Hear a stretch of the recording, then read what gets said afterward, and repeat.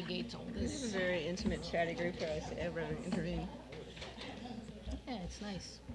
Hello, everyone. Welcome. Welcome to the Bard Graduate Center for our second lecture in the Modern Design History Seminar this academic year. I'm Catherine Whalen, Assistant Professor here at the Bard Graduate Center, and I'm really pleased to be introducing Lara Penin, who's going to be talking about Design Futures, Service Design for Social Innovation.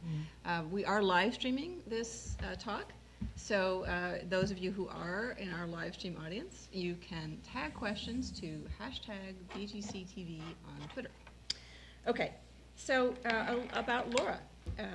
Lara is Assistant Professor of Transdisciplinary Design in the School of Design Strategies at Parsons, the New School for Design, where she also coordinates the area of study of service design at the Integrated Design Program. She's also the co-founder of the Parsons DESIS Lab, which stands for Design and Social Innovation for Sustainability.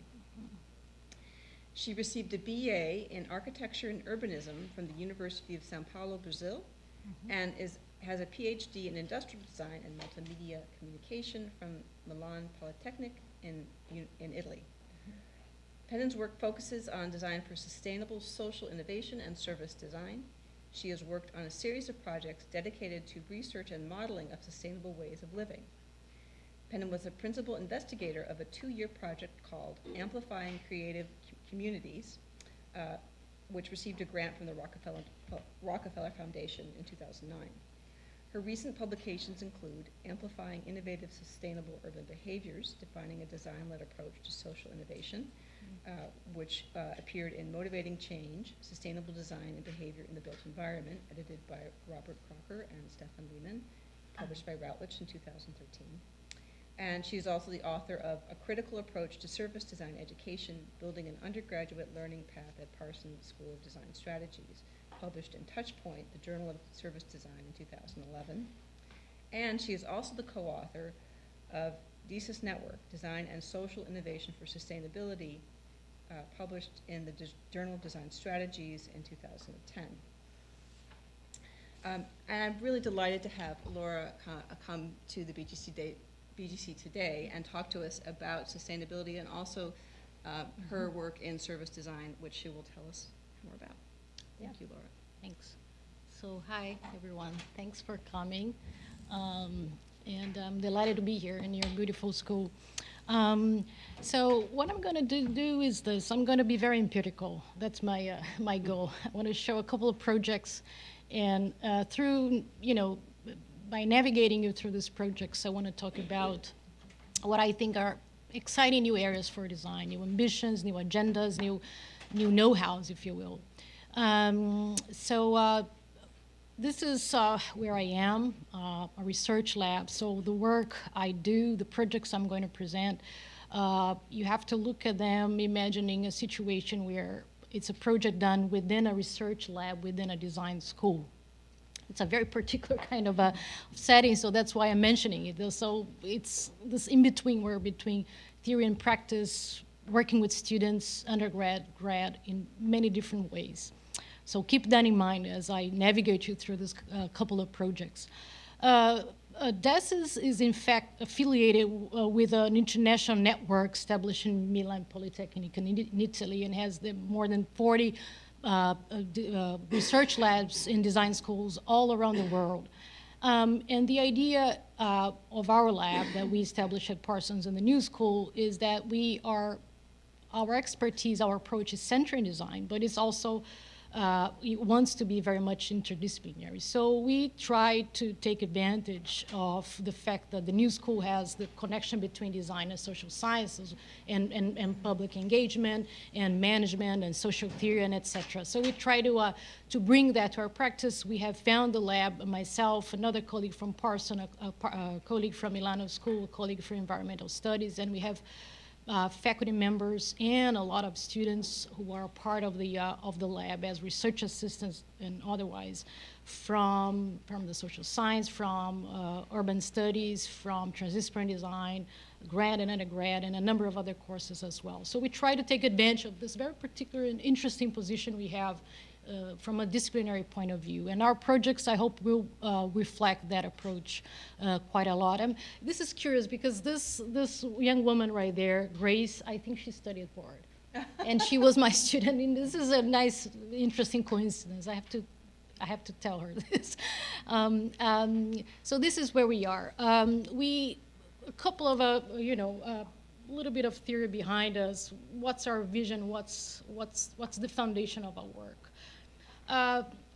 Well, we really want to understand how design can be applied towards social change. That's our main goal, and we try to do that through different ways and exploring different kinds of practices.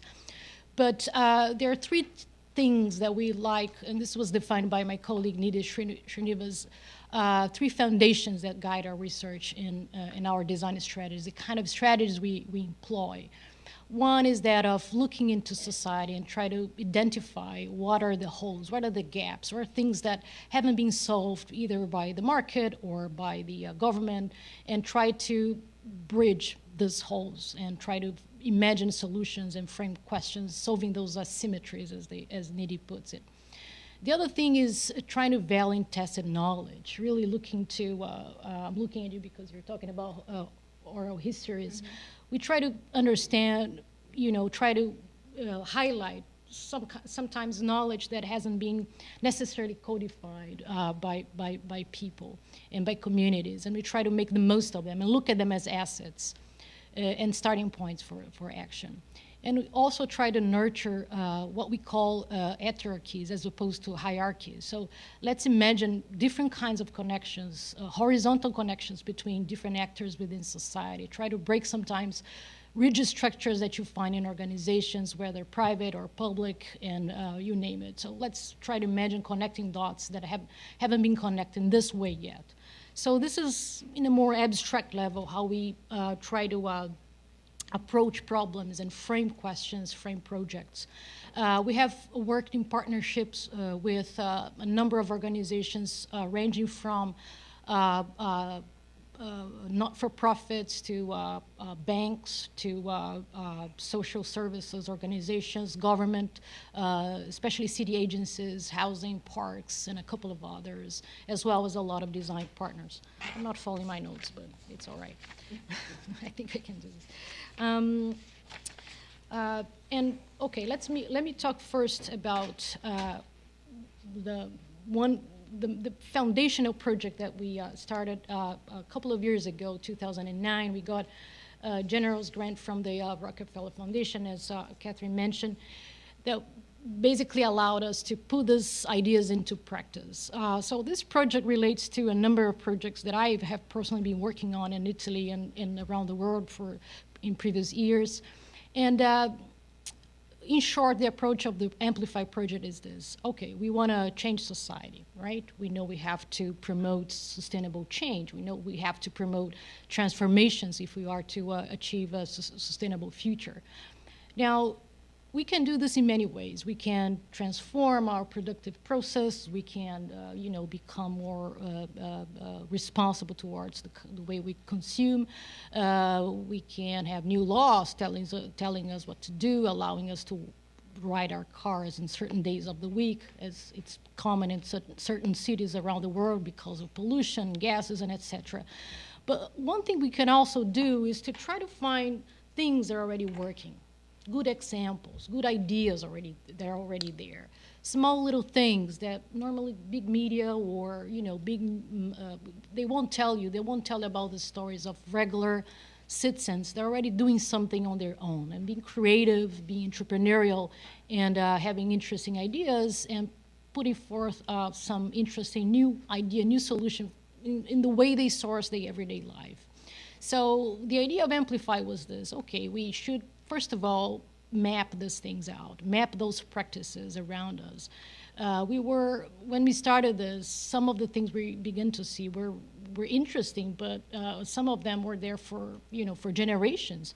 So, but we never, at least as far as we know, they were never framed that way or looked as models towards something new. So that was our starting point. Learn about these cases, these practices, and then use design to try to amplify their possible effect in society. If we look at them as some seed of the potential new future. So that was the main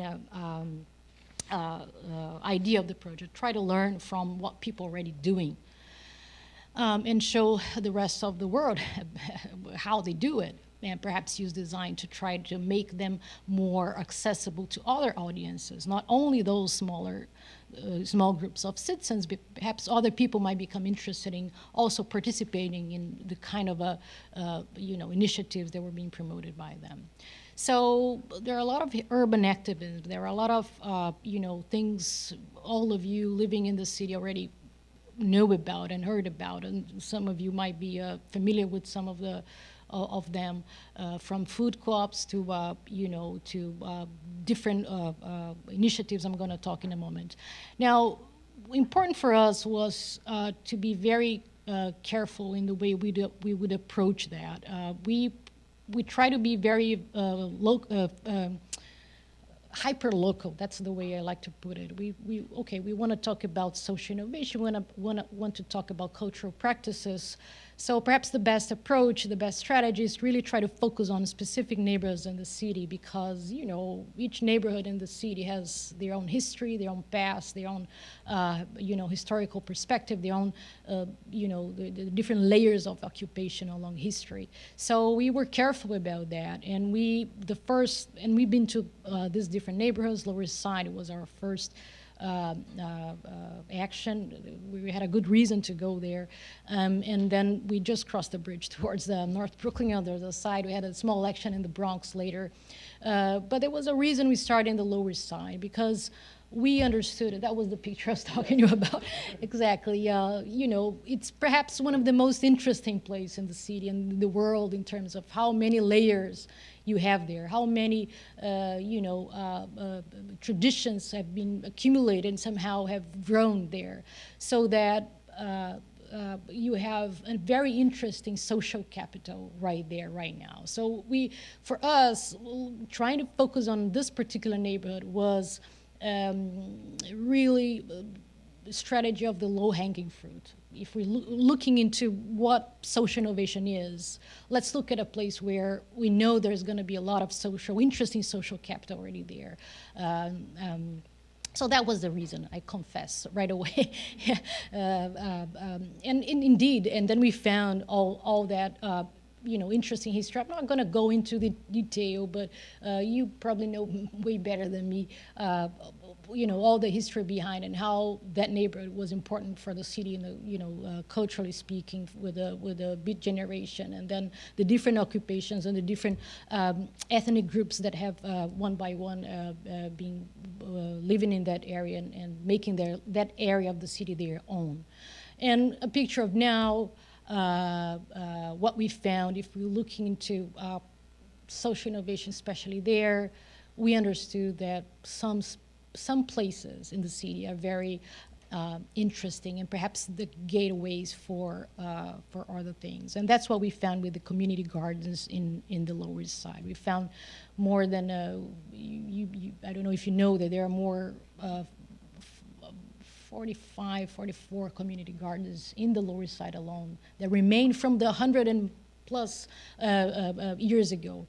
But that's a reality and a very interesting particular urban condition there that we found. So the action of the Amplify really starts with this sort of an immersive historical research and trying to understand, looking at the present, but try to trace back into its past history, what was behind there and how do we get here, what are the reasons behind it.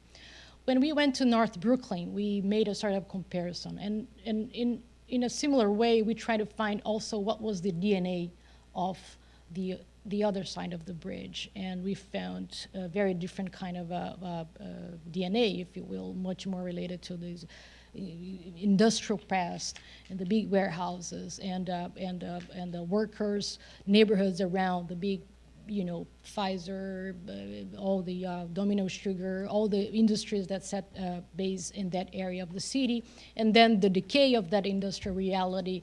I love that film with Al Pacino, Serpico, in the 70s that tell the story of a cop that is shot in that area of Williamsburg, and how somehow looking at the neighborhood in that time, you understand what was the reality back then, and how little by little a lot of the artists began to move there because you have big warehouses and you can do big artwork on those spaces. And then this is a picture for a couple of years ago when the artists were giving their farewell party, because that very building would be it's now, I think I'm not sure they put this down or they are already refurbished and making a new condo in that area. So a whole cycle has happened there in this, I don't know, this is right after the bridge was inaugurated in 1902, if I'm not wrong. And this is a couple of years ago. Basically, we have 100 years of history there. So this is what we try to do. We try to, okay, let's try to have a glimpse. This is, of course, if you will, not a very in-depth kind of research and not done by historians. So we try to document then the results of this history, if you will, and try to look at the current reality. We worked with, in this particular case, I'm back in the lower side here. We documented roughly half of the current community gardens in the lower side. We had students from the Design and Management undergrad program. They had what we call the reporter's book, and they conducted what we call the semi-ethnographic kind of work. They made questions, they did photographic service, videos, documenting the particularities of each one of these 18 to 20 community gardens they understood. And we made some videos out of that. I'm not going to show these videos, but if you have time or curiosity later to look at them, they're very nicely produced. They also tell the story of social innovators at this point in the other side of the river in Williamsburg.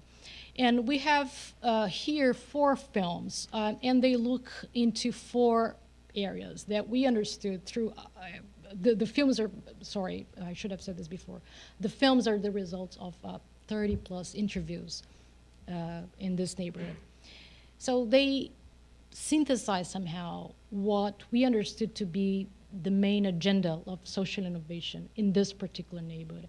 And what we found different from the lower side, that really the main thing was the community gardens. Here, what we found was the preoccupation with the waterfront occupation, how that becomes accessible to people, how transportation alternatives were being embraced in the area. This is pre-city bikes a couple of years ago, so that changed quite a lot after that. Nadia is talking about in this film about a composting project that worked together with the farmers market and the food co-op, not food co-op, but community supported agriculture that all happened around McCarran Park in Williamsburg. So a lot of what we call alternative food networks happening there that were interesting for us as a model. So water, transportation, food, and finally that young woman there, Caroline, presenting what we are calling the sharing economy. So she lives in a co-housing kind of modality. She runs a co-working space, and she also has promoted a skill sharing scheme. So it's all about sharing, and we found a lot of interesting around sharing economies in that area. We know there's much more happening there, and again, in a matter of a couple of years already, these are 2.5 years old approximately, realities have changed, but I believe you still have those same main interests and areas of concern in terms of social innovation in the area. So we do immersive research, we document, we do the videos. The next step that we try to do is to promote exhibitions. Okay, we use exhibition in different ways. We show what we collect, what we found up to that point, but we also, so we share what we know and represent it. This is nicely designed by Pure and Applied, our colleagues. But we also use the exhibition as a form of collecting more information, collecting more data. So one device we use is we use in this particular case, we had this big table on which we had a map of the neighborhood printed on it, and we had little flags, little cards where we asked, do you know about a social innovation happening in your area? Please tell us about it. And we asked people to write it down and then flag it in a map with those little things there. And we collected a lot of, more than 100, I believe, stories of social innovation in the area, ranging from, kids who wrote about the skating scheme happening in the backyard, somewhere, and all kinds of different uses of existing assets that people don't really take in consideration when we look into the city, look into what happens in the city with very strict hierarchical eyes. So we try to acknowledge the presence of that, and that's how we've been using designing to do that. Another strategy has been using the exhibition as a sort of what we call the community design studio. So we set up a semi-finalized exhibition. We had some magnets along the walls. This is in Brooklyn. This is in the basement of St. Nick's Alliance, which is a very well-established not-for-profit in that area, working in housing and a number of different things. So we had the opportunity to use their basement of their historical building, as a matter of fact, to create this new space. And for 2 weeks, we have conducted a series of different workshops with different community groups and organizations to try to imagine how to use existing things, existing innovations in that area to build new models for new services and new products, new programs for the neighborhood. And we had all the results of this are online, and some of the projects were very interesting. We work with students, but also other actors. Another kind of a strategy we use too is that of what we call the design probes for community engagement. In this particular action of the Amplify, we were actually asked by the Partnership for Parks from the City Parks Foundation, which is a public-private organization, to bring the Amplify approach to the Soundview Park in the Bronx, in the south of Bronx, right in the Bronx River waterfront. This is, I don't know if you know this park. It's a nice park, but it was built upon there was a landfill some 50 years ago there. So people still have that memory, and for some reason, the geography of the park, you don't really know you can access the waterfront from there. So folks living around this area, they don't use the park as the Partnership Parks think they could. And they have asked us can you try to promote actions so that to increase the stewardship of the park by the local population? Can we make it more visible? Can we make it more accessible, more interesting, as sort of a place where the social innovation in this area can be promoted, as sort of a trigger space? And with our students, we conducted, with their support, of course, we conducted a series of design probes and some visioning exercises with the local communities. And one of the projects designed by a group of our students is now being implemented, not here in the Lower Side. Don't ask me, it happened, but it was a very nice result in this case. And these actions there were, I believe, very interesting and successful. One of the things we do too is we envisioned these new futures based on cases we see in reality. And one of the things we've been doing is try to synthesize these ideas, these scenarios, these ideas for new products, new services into toolkits or manuals or guidelines, if you will. Oh, you want to do your own food co-op, you want to do your own community support agriculture, here's how. Here's a sort of a guide or a mini business plan that people can employ and start their own. This one was designed with our partners from IOBI and Clarissa Diaz.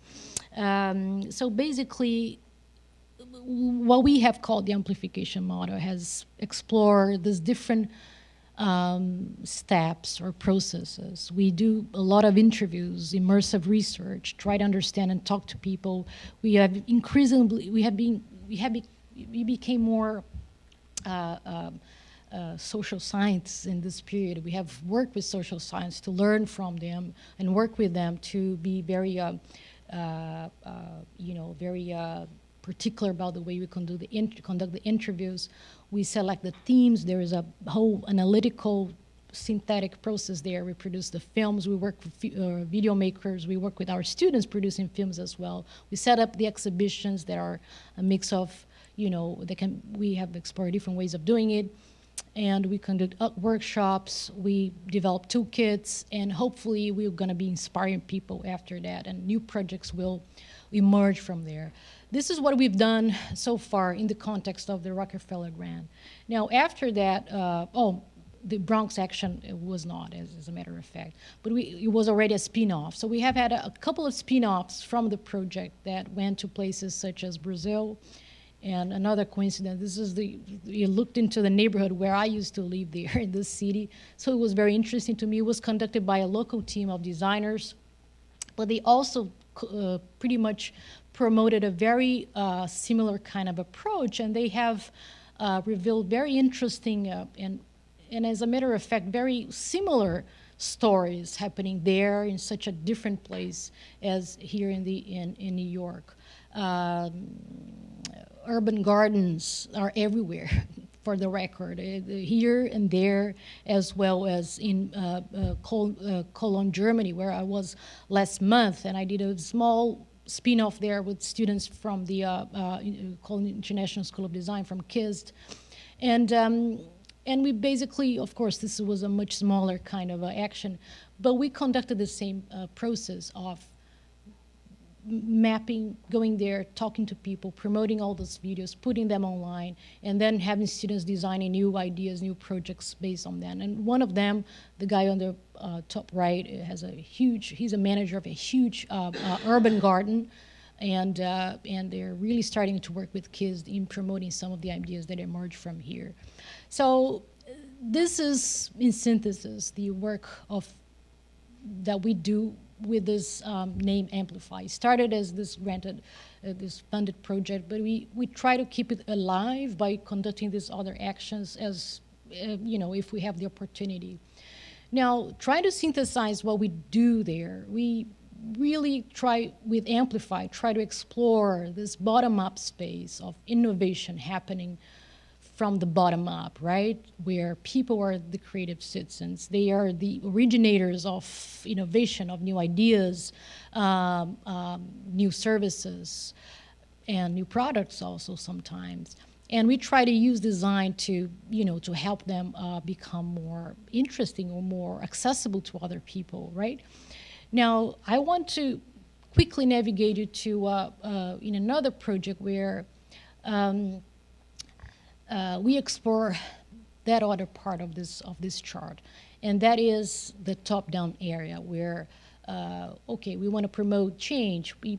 It's interesting, we look and we try to nurture what people do from the bottom up, but we also have to do and negotiate that from the top down, policymakers, public services. So let's try to talk to government and see if we can, propose something there as well. And that's what we try to do. A couple of years later, we got another grant from the Rockefeller Foundation. By this time, we love them so much because they allow us to do a lot of interesting work. We in this project, it's still going on, a partnership with Public Policy Lab, which is a not-for-profit, does advocacy for design in the public sector. And we also have partnered with the HPD, which is the Housing and Preservation Development. It's one of the two housing agencies in New York City. And it's also a 2-year program. It's a long project now approaching its end. And And basically, we try to work. In this project we work. It's a series of projects under this umbrella. The name is Public and Collaborative, on which we really try to understand what is there any social innovation from the top down. Can design do something about it in terms of making it more part of how the public services are produced and delivered, designed, produced, and delivered today? And that was the basis for this investigation. Can design be a catalyst for social innovation in the public sector? Two premises here. One is, okay, we learned from Amplify that citizens can collaborate with each other and do something for the good. They already can resource their own lives. Now, what we think at this point is that the government can somehow incorporate that into in the design of public services, right? So new forms of collaboration where people, experts, and government can work together towards providing better public service. So we're talking about co-governance, we're talking about co-design and co-production. Some premises for this, some motivations, if you will, for this project. We begin to see all around the world a couple of interesting things happening, sort of a reality check for governments worldwide. That's not an isolated phenomenon. This is a picture from my home country again. Last year, the public administration of a couple of cities tried to raise the price of the public transportation ticket by 20 cents. Very minimal, right? But then people said, I don't think so. So people went to the streets, and what it did, it basically triggered a whole movement against the bad quality of public service and a certain, what seems to be from the citizen perspective, sort of alienation. How can the government propose a 20 cents increase in terms of the price if the service is not improving in the same level? Where does that come from? Do we have a say here?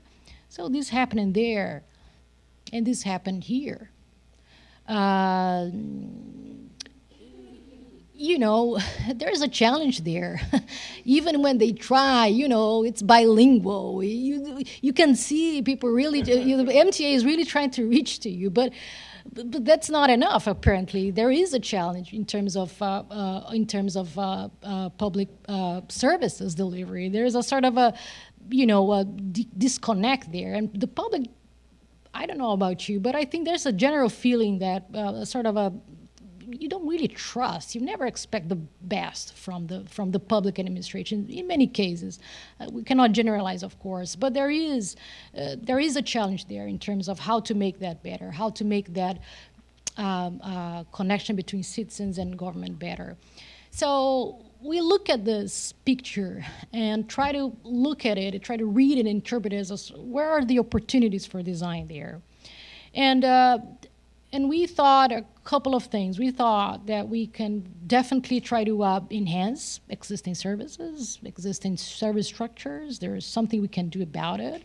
I visit public administration offices in many different countries in the world, because I lived in different places, and they all look the same. They're all beige for some reason. So they all could use the basic level of designs. Everybody could use that and improve. But so let's start from there for sure. But we can also do many different things. We hope we can contribute to change the conditions and to go a little bit more in the root of the problem and try to improve participation, try to improve the final delivery of services through participation, and imagine new forms of engagement with the public in the public sector.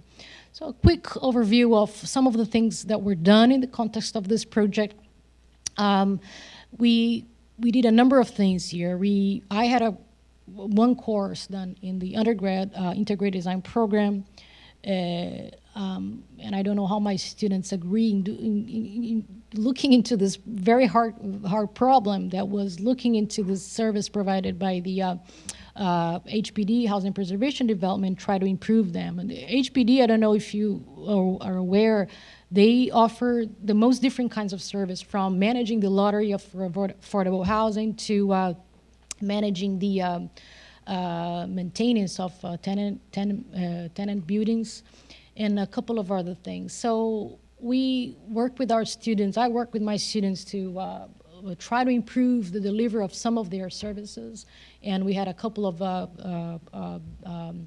ideas emerging from them from this campaign, 12 months of violations, basically, and it's basically a calendar to be distributed into buildings where each month you're going to be looking into one particular maintaining aspects, from smoke detector to molding and so on and so forth. And to another project involving really reproposing the whole facade and the building of the office of HPD in Brooklyn. And this is one project that perhaps it's gonna be implemented. And this was the top right. There is a storyboard of another project that involved also a new service for within one of the HPD buildings. And a couple of other projects were developed in the context of our courses. Now, our partners from Public Policy Lab created a very interesting scheme based on fellowships. So they create a number of fellowships within this project, and they have conducted starting from the students' work. They have focused in some of the areas this emerged from there, and they proposed different projects and some pilots that were further developed, further tested. They're right now in prototyping phase, some of them. One of them is this guide to affordable housing. It's a completely newly designed guide towards how can you get access to affordable housing. It's a quite complicated material to navigate. So just straightening it up and making it easier to navigate is already a great deal of improvement. And so this is being tested right now. I'll give you a couple of links right after you can download those projects. It's quite interesting.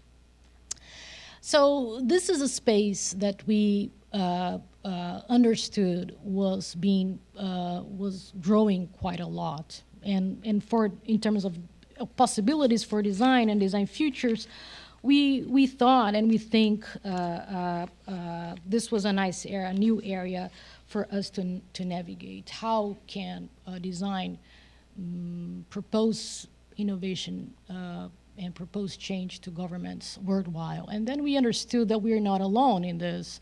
As a matter of fact, this is a map we did last year, trying to map out around the world a number of different organization structures, but let's call them labs, government innovation labs, design-led government innovation labs around the world, from New York to Mexico City to France and Denmark and the UK and San Francisco and other places in the world.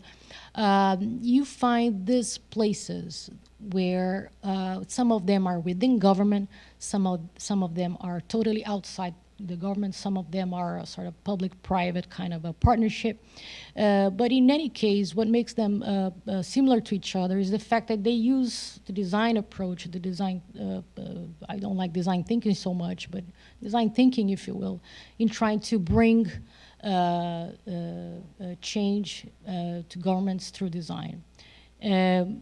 So this is, we feel we know we are part of this bigger trend happening in the design world that pretty much investigates a place or modalities through which design can penetrate. There are many barriers there. Working in the public administration, I don't know if any of you have this experience, can be quite challenging because sometimes public administration might not be very interesting in innovation per se or in changing things because there are many risks associated with that, and it's fair enough. I mean, you have to be really careful on how you propose changes there because you're talking about tax dollars and public money and etc. So there is this kind of scrutiny that for designers it's kind of weird because we used to work for the private sector that pretty much allow us to take more risks. But when we propose our work here, it feels different for designers. It feels different for government too. So it's not such a easy marriage. You have to get used to each other, and that's I think what's happening right now. Now the final the final place, the final part of this chart I wanted to show you is this middle space, what we call the middle up and middle up down, and that imagining how design can be used to broker these two worlds of the bottom up and the top down. And the way we've been exploring that, it's a new area for us as well, is try to, this is last year's studio within the Transdisciplinary Design Program. The name of the studio was New York City Office for Public Imagination. What if New York City government, with a new mayor, in his first year, would set up an office for public imagination? How can that help the city improve itself? How can that help the city take, citizens' input into the, imagining new ideas for the city, imagine new ways of tackling the problems of the city? So that's what we propose to our students, to embark with us in this exercise. We understand as an exercise of design fiction, really imagining a future that isn't there, that won't be there. They're never going to implement. They're never going to be a New York City Office for Public Imagination. But for a moment, let's imagine what if there was one. How would that be? How would that work? So our students really went out and came up with very interesting and brilliant ideas. That one in the park, but in this other case, they have imagine a whole, what they call the public goods emporium, and they pretty much developed a whole series of boundary objects, basically, where they have, I love the gentrification gum and the tax breaker or the rent stabilizer, and of course the one and only policy whiteout. The series is, you have to look at all of them. But the idea with this was really to try to make a step forward. It's a different methodology on its own. It's really imagining a different future. These are obviously not objects, functional objects, but they are objects that they want to prompt conversations.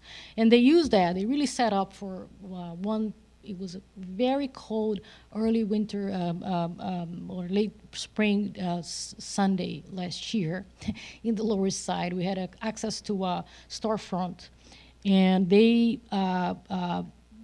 set up a whole shop with a series of these objects, and they had to resort to the free coffee TEDx and put a sign outside, come here, we have coffee. It was super cold. And that worked well, and they attract a lot of people coming in and reacting. They had a whole series of interactive panels, and they were asking questions. And really, the idea was to try to use this object as a prompt to what change do you want to see in the neighborhood, and try to really refine what will be the ways through which the public can be called into participating in designing the future of neighborhoods.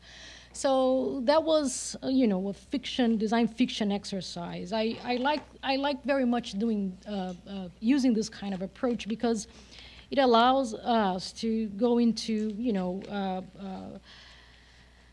I don't know, the basics of design. Everything about design is about things that don't exist yet, right? It's always about an exercise of imagine a future that isn't there yet. So when you put something like this out there, there isn't something like this, but it would never be something like this because this is a fiction. You really break something. You break the linear logics and create some new connections, hopefully. So that was the method that we began to explore recently. Now, trying to conclude, what do we learn from there? What do I think it's contained as the essence of our vision of the approaches we're trying to explore that can inform, hopefully, at least one version of what could be the future, new ambition for design. And by the way, we're not, in any of these conversations, in any of these approaches we're doing, we're not alone. Amplify was part of a whole series of projects happening around the world, and was one way of approaching it. The public and collaborative, you saw how it's related to a whole movement and wave of projects being done in this area recently. So we feel we are part of a bigger conversation here of that is happening within design in society. a new wave of designed for public and social innovation. That's a term I'm reading because it's a term that I just was reading this morning, a paper from the UK using this term, design for public and social innovation. And firms such as IDEO, Frog, many others in the US and worldwide, and as well as government embracing design as a tool towards social innovation. Now, I like this. I like very much this chart from Josephine Green. She's from Philips Design. She proposes this interpretation of the evolving role of design a long time, from technology-led 50s to the 70s. It's all about consumption. It's all about manufacturing. It's all about products, hardware, and it's passive receptive, according to her, towards markets-led 80s until the 2000s. We're beginning to talk about experiences, the experience economy, and that's a very interesting approach. And it's all about marketing and brand. We take emotions in consideration. We try to look into aesthetic a little bit more in depth, and the relationships become more receptive, active. And then she proposes the reading. Again, it's hard to do history of the present, as we were talking before with Catherine. But imagine, she makes this exercise of imagine how to imagine the history of today, right, of the present. This what she calls socially led design of faraway age. And it's about transformation, it's about people, it's network driven, and it's about life as a whole, holistic, it's about tools, and it's about being co-creative and involving people in that. I like this interpretation. I think it holds, there's a lot of truth there, and I see this happening, and I certainly like to think of the approach that I'm having as pretty much related to this big wave. I like being part of this conversation. And in all that, we also have to consider what people are calling the rise of the social economy. I pulled this quote from Robin Murray, who writes a lot for Nesta. Nesta is the innovation agency in the UK. A lot of interesting publications from there and projects as well. This particular one, Murray says that on current trajectories, the biggest sectors, both by value and employment, that's important, of Western economies in 2020 and beyond will now be cars, ships, steel, computer manufacture, personal finance, banks, but rather health, education, and care. So we're really seeing a transformation in terms of the economy. And that means that design is going to be affected, because if Josephine, as she tells us, these somehow reflect demands, right, from the economy. And it's a she, Robin is a she. What she's saying here, Robin Murray, is that these are the new demands of society, so perhaps we have to look at them. And finally, another important aspect is that we really moving towards what Vargo and Lush call the service-dominant logic, which is an approach I like very much. That's my area of speciality. I consider myself a service designer above all. And what they say is this: services and not goods are the basic unit of human exchange. So when we are actually acquiring a product, we are acquiring the knowledge that was used to produce that product, embodied in that product. And that can be a terracotta vase from 5,000 years ago. It can be a computer that's, how many pieces, can you quantify the knowledge behind the kind of technology we produce today? But what these guys argue is that that's really what we do when we buy things. That's the very root. That's the basic unit of human exchange. I see a lot of truth there, and what they propose is that we have to shift our mindsets towards recognizing our societies, our economies as having a service-dominant logic, and that makes sense if we look into what's happening right now with the emergence of the experience economy, with the services. I can never pronounce this. servitization of products, thank you, on which, even those involved in the business of solely selling products are recognizing they have to include services in their offering if they want to remain competitive. IKEA has services that they somehow they don't offer the service. It's a third. These are third companies, but somehow it's part of the offering when you go to IKEA that you have the delivery and the assembly, if you will, connected to it. So that's the service. Servitization of products, excuse me, or schemes such as the product service systems. I'm sure many of you are familiar with the Zipcar.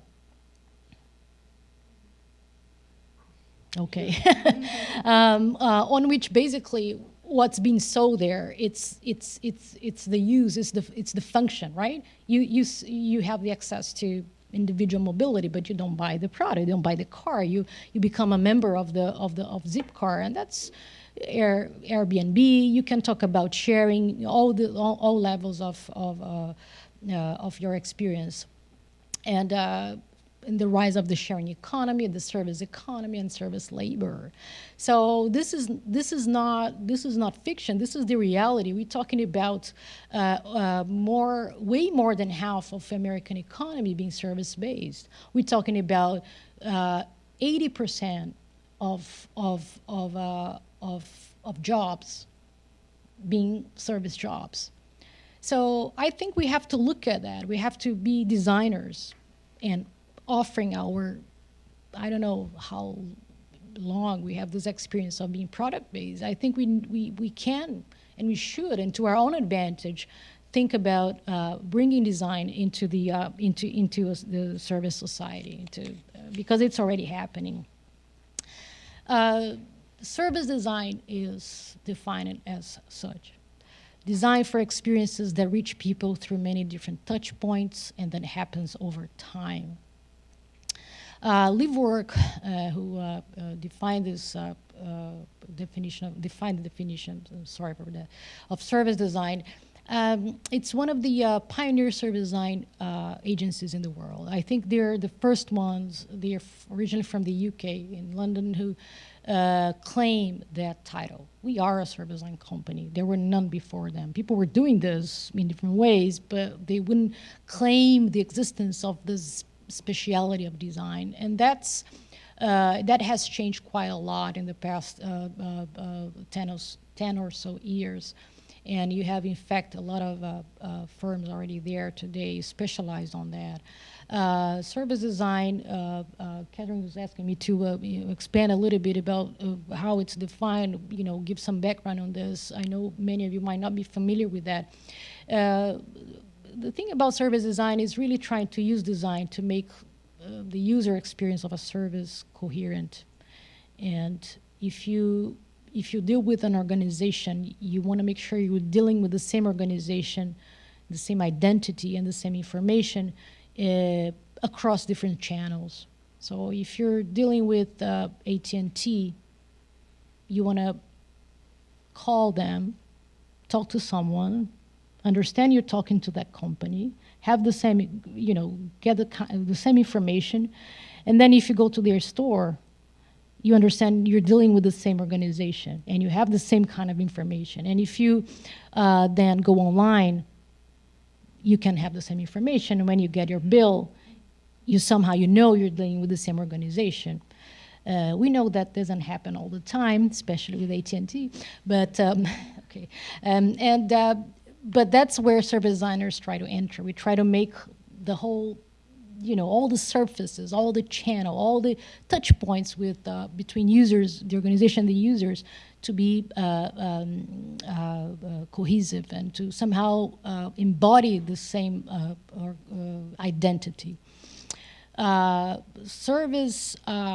The demand for service design today is coming a lot from healthcare industries. So Mayo Clinic, they have their own in-house service design teams now. MSK Memorial Sloan Kettering Hospital has also an in-house innovation team with service design, and a former student of mine, I'm proud to say, and that's been the case in many in different healthcare organizations here in the world. Other areas are transportation, food and restaurants, and hospitality industries in general are big on that too. And education now is becoming an important one, and all the social service and public services as well. So that's emerging, that's happening in design. I teach service design, I have to believe on this, and I see that happening. There's a whole community, there's a service design network, there's a journal, a scientific journal. So there's a whole community emerging there and trying to somehow codify all this knowledge that somebody defined as a moving target, because especially when you begin to take technology in consideration as well. Now, this is what I think, my synthesis of what I've been talking about and what I try to do, and I might find a conclusion to you. I try to think that service design is an approach that can help improve, amplify experiences.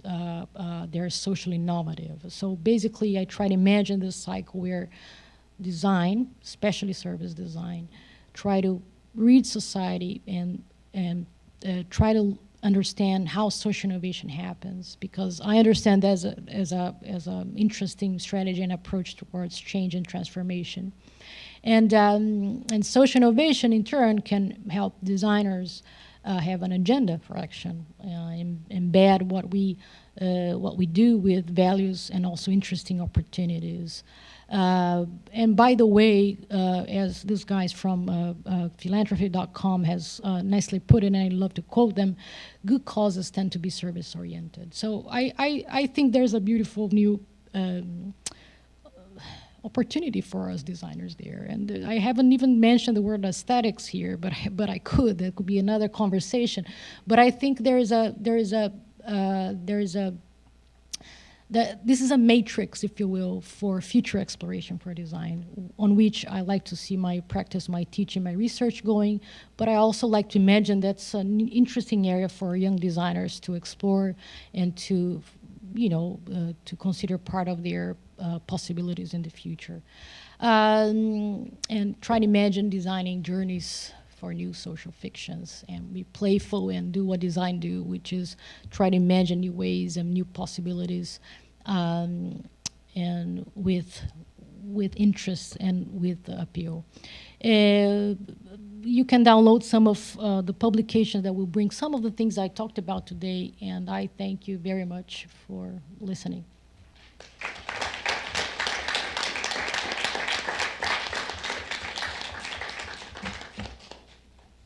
Thank you, Lara. So, questions?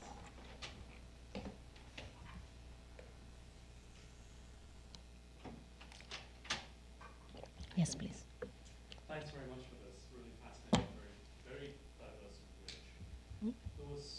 I'm a historian, and I always try to follow the money. So you mentioned the Rockefeller Foundation. Right. And you mentioned also, I hope I'm remembering this correctly, how you phrased this, but what the Rockefeller Foundation allows you to do. That's an ambiguous term. Oh, It allows you in the you sense- shouldn't be, no, sorry. Let me explain that. Okay. It allows you to do things because it enables you to do things. Mm-hmm. It also allows you to do things in the sense that by withholding money, it would inhibit you from doing things. So I just wonder to what extent what you've been showing us is part of the agenda of an entity that is beyond yourselves. Beyond yourself. Wow. Yeah, thanks for this provocation. But let me clarify. I think I'm extremely grateful for the Rockefeller Foundation. And I have to say that I'll tell you this. When we proposed this first project we had, we were like, yeah, right. Let's just see what happens. And it is called both of the grants we got. They're called the Culture Innovation Funds. And to that day, to the 2009 call, we, in the list of projects previously funded within this particular funding line, all of the projects were more, how can I put it, traditional ways of using art and design in society. So culture perhaps was interpreted using more traditional definitions, if you will. So that when we propose it, not all of them, there were some precedents, but within this particular funding line, there were not. So when we proposed the project, we said, yeah, whatever, let's propose and see what happens. And then we were very surprised when we got the grant. We weren't really expecting that. And Rockefeller tries to create a community of its grantees. So every now and then they invite people in for a luncheon. People, exchange notes about their own projects, and we start going to those. And it might be my impression, but I have the impression that we somehow contributed to open that foundation towards different possibilities and different interpretations of what culture innovation might be. They allowed us to do the second exploration, looking into even more, I think perhaps harder, let's put it away, the project was harder to sell in a way because it involves government. How culturally innovative can that be, after all, right? So we were also very happy that they accept that challenge. So I understand that by now, of course, we know people there, and we understand that they are very much up to take the risk of those kinds of initiatives that are, some of them I showed you. And I'm glad they have this approach towards it. I also have to tell you that I come from a very different world and perspective when it comes to funding of this kind of projects. I've worked in South America and in Europe, where a grant for this sort of a proposal would come mostly from public money, which happens in the U.S. as well. You have the National Science Foundation, you have the National Endowment of the Arts, and etc. And they are, by the way, becoming, especially the National Endowment of the Arts, very open to social innovation in general. They have promoted the past couple of years a couple of events and publications around it. So we coming here, I think it made a lot of sense to look into the private foundations, and we were gladly surprised. It was structured in a way that would allow this kind of project to happen there. I don't think they ever determine the direction we would go. If anything, I think it's the other way around. I think we somehow modestly, I hope they agree, I don't know, I like to think this way, that we have somehow not alone. We are part of a series of projects and etc. that we contributed to open the conversation there and the possibilities. That's how I see it. I hope it answers.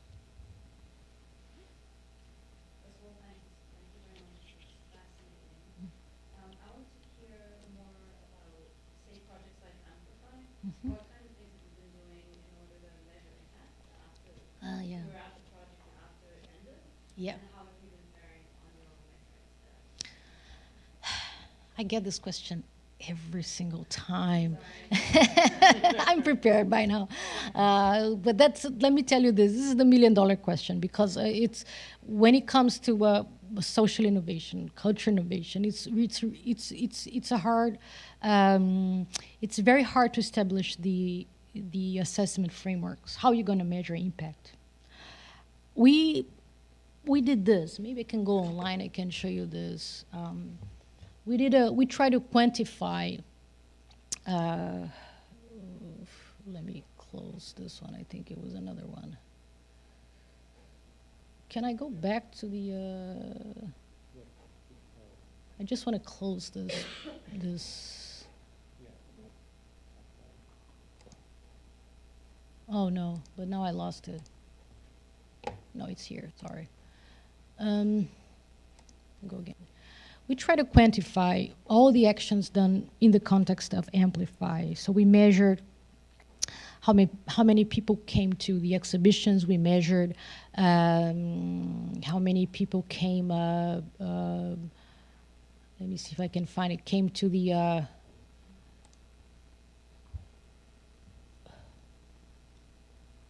Oh, I'll never find it.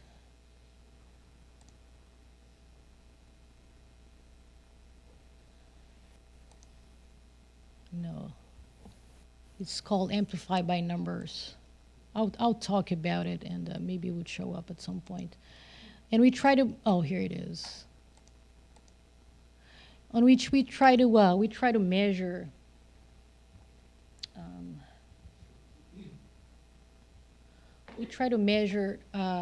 every single action, how many people were involved, how many public presentations were given in relation to the program, how many people showed for the opening of the exhibition, how many community leaders were interviewed, how many of them participated in the workshop, how many students were involved in each one of these actions. And this is one kind of quantification we did in an attempt to measure impact. I realized that this is clearly not enough for one to be able to measure what are the results, because, for many reasons. One is that this project is still alive.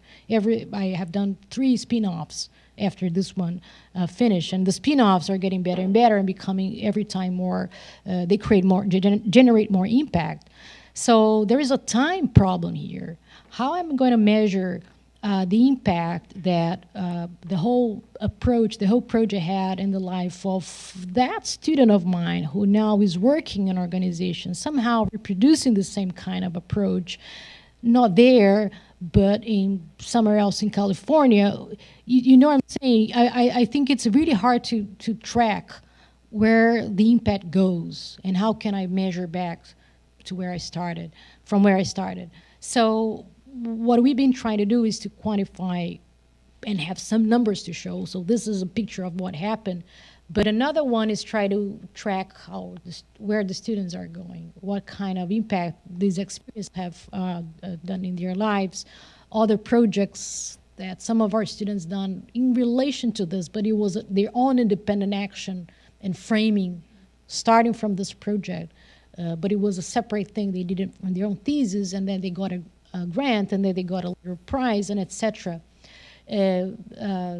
It's hard to do. It's about culture innovation. It's going to take years. Maybe, how can you tell this talk right here, right now, this experience, how that will affect you in a couple of years? And it's of course it's not going to be only this. It's this plus some other thing, some other thing, and in the end of the day, you have collected all those ideas, and that's shaping you up as you move.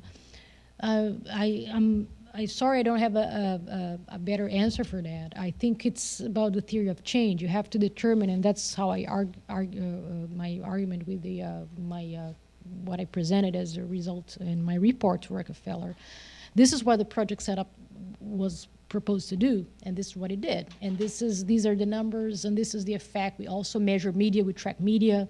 How many articles were written about it, how many scholar papers were written about it. I can tell you quite a lot. Again, how do you measure the impact of a published paper on something, So yeah, the question is still in the air. There are. I'm not being fair. I think there are. Right now, and Rockefeller, if you will, has been also investing in trying to promote a framework for assessment of social innovation. But that's a big question for everyone dealing with social innovation, designers and non-designers. We designers don't like so much assessment, and impact is hard. It's a part of the project we do because we have to, but it's not necessarily our cup of tea. So we try to incorporate as much as we can. We're getting better at doing this, but I suspect that it's a very difficult thing to measure over time. Well, to that point, do you spend time following up with subjects? You obviously spend time interviewing all of these Yeah. And it seems to me that some of those people that are leaders in their own communities Yes. that have sort of a body of knowledge of Yes. changes in that individual community and maybe a way into understanding what the results might be of your work. Yeah, bravo. Yeah, exactly. That's what we try to do. We do that informally because you somehow create relationships that some of them will last over time. Some of them are lost in the way. There are no way to do that. Again, I'll go back to the first thing I said in the beginning. These are projects done in the context of a research lab within a design school. It's an university. So even if you don't want to, you have to imagine all this has a semester grade applied into it. So it has to work in those 50 weeks, and then you have the summer, and then you have another one, and then you have to structure courses around it. Sometimes what we did with Amplify was to create modules that could be employed in different courses or intensives, so it's a 1 week thing. Sometimes we try to one course, the one in the Bronx, was created. It was one course, and the whole course was about that. It's a studio.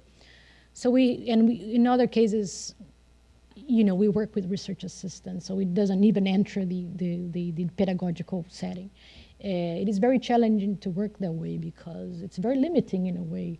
But I do think that there are incredible learning opportunities here. I do believe there is a pedagogical value that can be extracted that is incredibly interesting, and the impact from that is it's one of the most interesting for me. How a new generation of designers can be trained and acquire those things. Maybe they're going to do different things, but they somehow have been exposed to this. So I see this as one of the main things we do, and of course.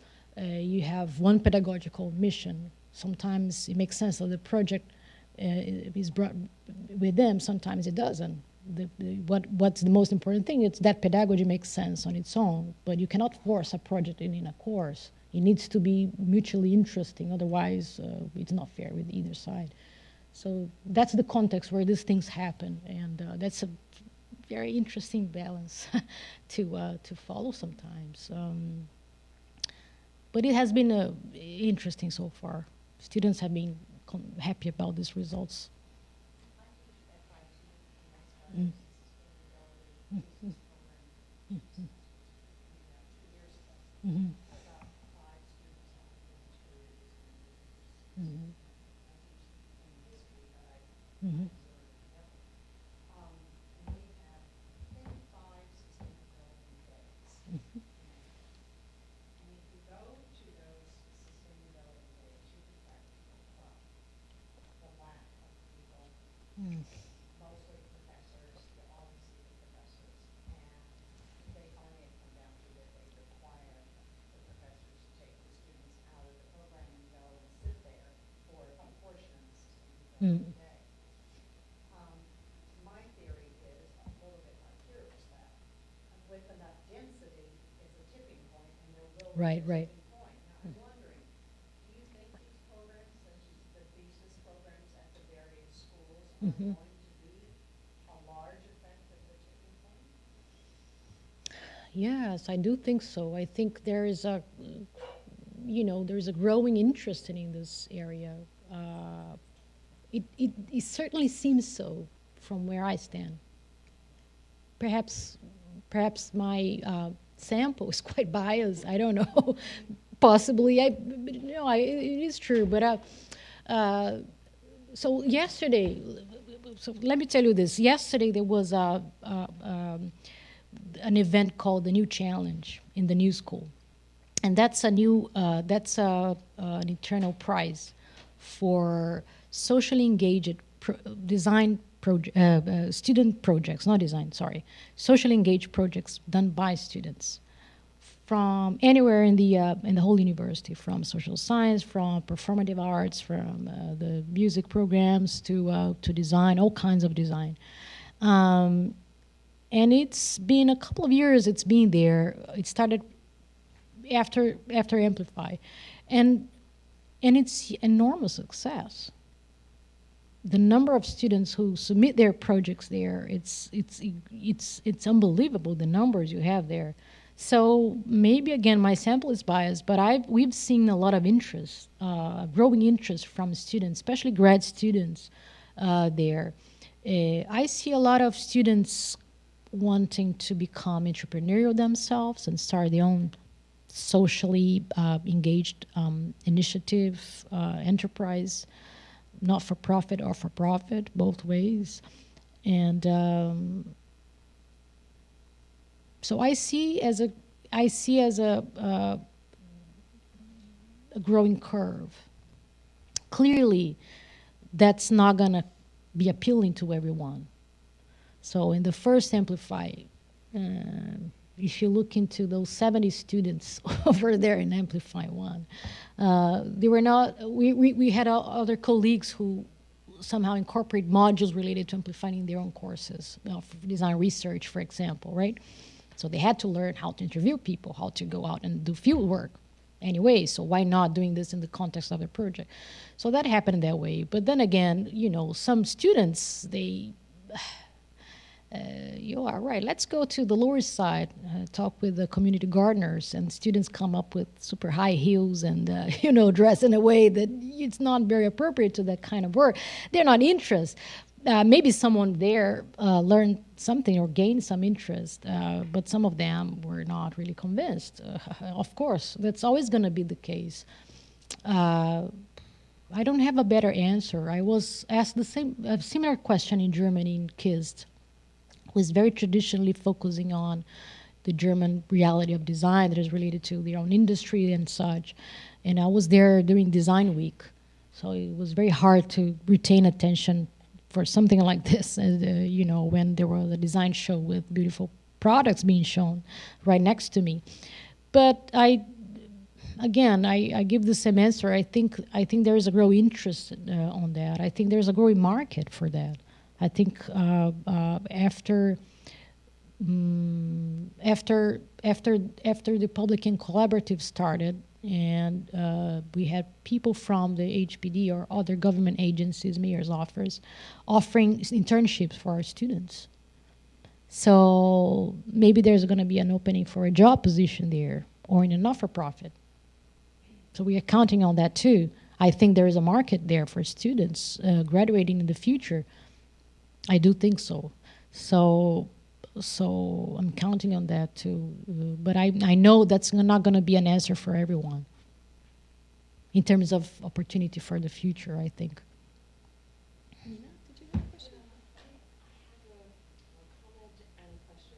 First, I appreciate your presence here. Thank you very I much. respect your work enormously, and I think that there could be no more important dimension of the design world than the one that you're engaged in. And Thank you. it would be That's great. fantastic if somehow at the Bard Graduate Center we found a way to become involved in the kind of work that you're doing.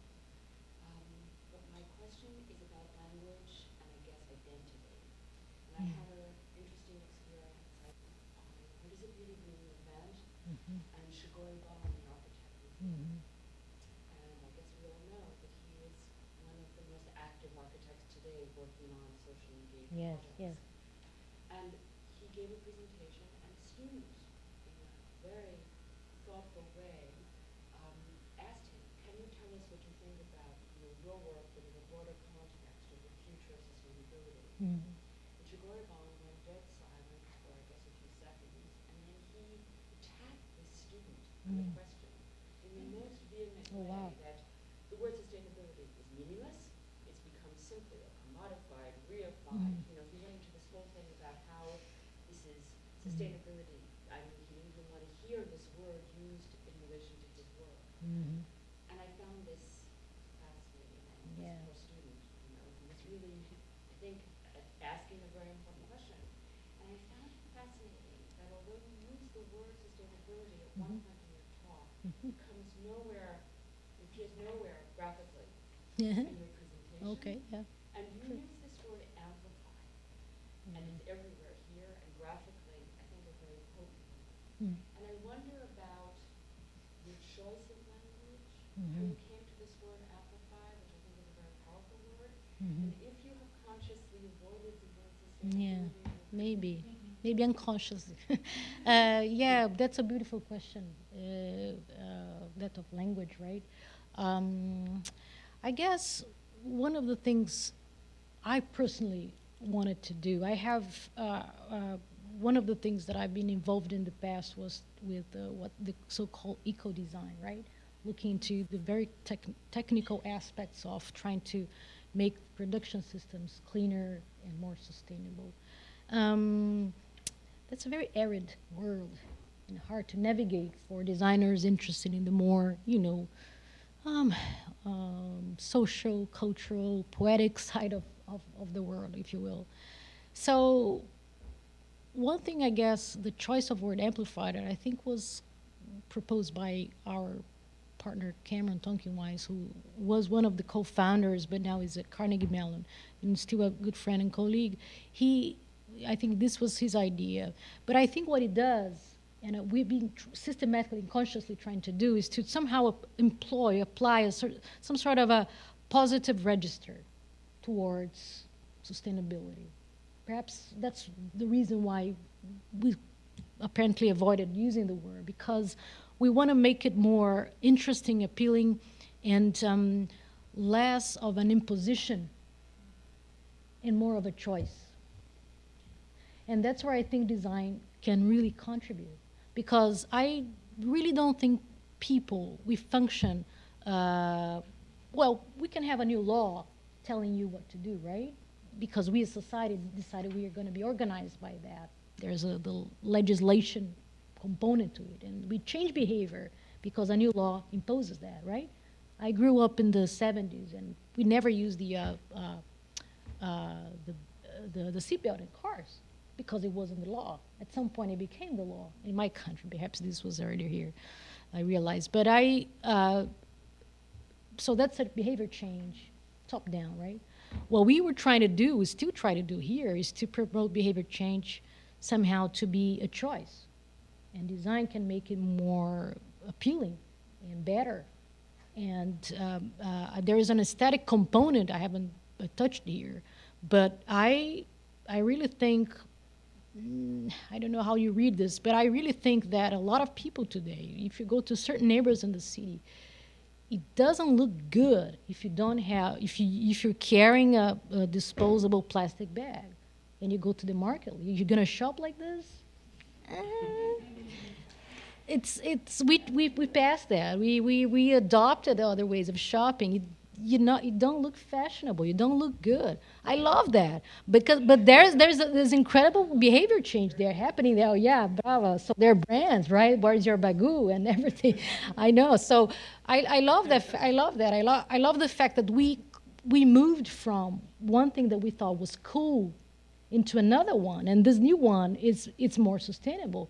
But no one told us if you apply sustainable too much, it sounds like a law, and that's not going to make people change their behavior necessarily. It needs to be something it's a better choice. I like Zipcar better than having a car, because having a car in this city is kind of a nightmare. And Zipcar makes my life easier. Or I like Airbnb because I have better options like this. It's a better deal, financially even. So I believe it needs to be a good proposition, business-wise and design-wise. So I think that's what we're after. We want to make it more interesting, and we want people to really buy into that. Otherwise, it's you have to make a new law for that, and I'm not in the law business. Sorry, but I think that's the overall approach to it, to bring this to a positive register. It needs to be interesting, good. It needs to be aesthetically and meaningful for us. Otherwise, we're not going to buy into it. We're smart. We want better options. That's my take. I mean, I was really interested in the top-down, primarily the sort of bottom-up, and then the top-down, and thinking how those two different spheres interacted. And then on one of your slides, somehow there was an image of democratic occupation. Yeah. So I was thinking, well, that's not a really unlike most of your discussion of how to navigate governmental bureaucracies, that, of course, is not not a gentle, persuading moment, but Mhm. sort of in your face one. And so I was wondering about the politics of this. So Yeah. you have sometimes gentle persuasion, Gentle persuasion. Yeah. works, Yes, I love this. Let me take. but if one is interested in systemic social change, Yeah. depending on what that means to each of us, other methods, might be necessary. So I'm just Yeah. wondering That's a good call. if It's true. It's yeah, sure. This is the discourse, but yeah, there is this other side of it, and there's the acknowledgement of conflict, right? That needs to come together with it. That's true. Nice catch. The Brazilian one, amazing. And that's the name of a group, by the way. And we when we got there, we were very afraid. Because we were afraid not to be able to interpret the political forces there. And the same way we're afraid everywhere. But there particular because you think here is polarized, it's hardcore there. So we thought we were very careful not to find a good place to be from the political standpoint. So in the beginning of the project, there were some groups that thought they didn't want to be part of it because of the political dynamics there, and it was fine. And we accepted that, and when we were doing the research, we didn't do the research. It was a local design team and research team doing that, and we brought those questions when we had those meetings, Skype meetings, and what are the political forces happening behind? And we were trying to, in a way, be respectful of what was going on, but without really trying to interfere so much, because there was a discussion among our group at some point, right in the beginning, saying, "Oh, but do we embrace this politics or not?" The Lower East Side, or even it happened in, I don't remember. I think it was Brooklyn. We wanted to involve one community group, but we were already working with another. So when they learn about the other, they say, I don't think we want to go. We want to participate because of disputes or it's their territory or whatever. I think we try to embrace politics a lot. It's a really slippery terrain, I suppose, for us to navigate, we want things to happen. So it's really going to be case by case and try to understand as to the best of our ability how to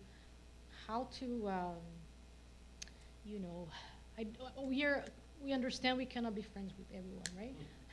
But can we be friends with the people who do more, result in better progress in our perspective? We are embedded with politics. We know we have a message here, but we might not voice it so clearly. But I think it is clear from the work we do. But it's hard to navigate. Yes, it requires a lot of ability. We don't want to be taken as naive when we do that. We understand that it might, sometimes I don't know, be interpreted that way. But that's not what we want. Working with the government agencies has also made that question even harder because, for all the obvious reasons, Sure. I need to mention. But yeah, that's a big challenge as well. It's part of our discussions, and we try to navigate as best as we can. I think that's probably a good place to close. And perhaps for those of you who have additional questions, please, we have some more time before we Yes, spirit and her please write to Um, me if you But want to. thank you so much, Laura, for the talk. Thanks to you and for the guys for discussion. inviting me. This is lovely. Thank you.